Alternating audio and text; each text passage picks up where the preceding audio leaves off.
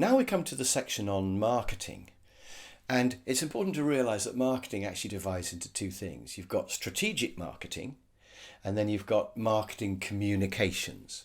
So most people think marketing is the communications kind of how do you get your message out and tell people stuff. So you've got, for example, social media as a type of marketing communications. But in this section, I want to look at strategic marketing. So this is understanding the market, which parts of the market do you want to target, and how you're going to do that. So really, this is strategy. And this is the classic stuff that MBA courses cover. But don't worry, we're not going to look at loads of theory. We're going to look at practical things that you can do. And the first thing that you can do that's really, really practical is survey your customers. Because we think we know what we're good at and not good at. We think we know what people think of us, but do we? So the first thing to do is to find out from your customers, what do they really think? What are we good at? What are we not good at?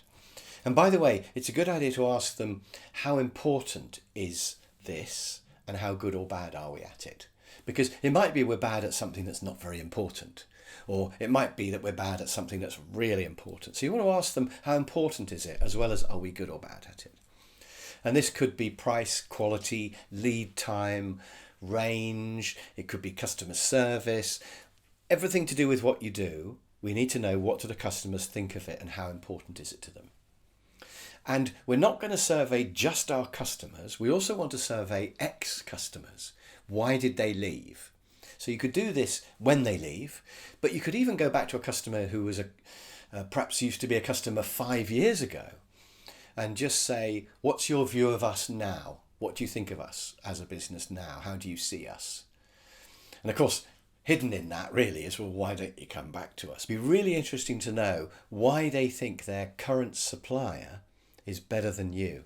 They might be right, they might be wrong, but we need to know what's in their mind. So survey ex-customers. Also survey non-customers. So what about people who've never been a customer of yours? What do they think of you? Have they heard of you? What do they look for in a supplier like you? Wouldn't that be interesting to know as well? So some market research, really, really important. And then listen to what they say. Don't go, oh, well, they're just wrong. They're just stupid. Why would anybody think that? Because remember, perception is all. So if they think, for example, that your service isn't very good, and you're thinking, well, that's really unfair, you've somehow not got your message across to them. Somehow they haven't understood that your service is completely brilliant.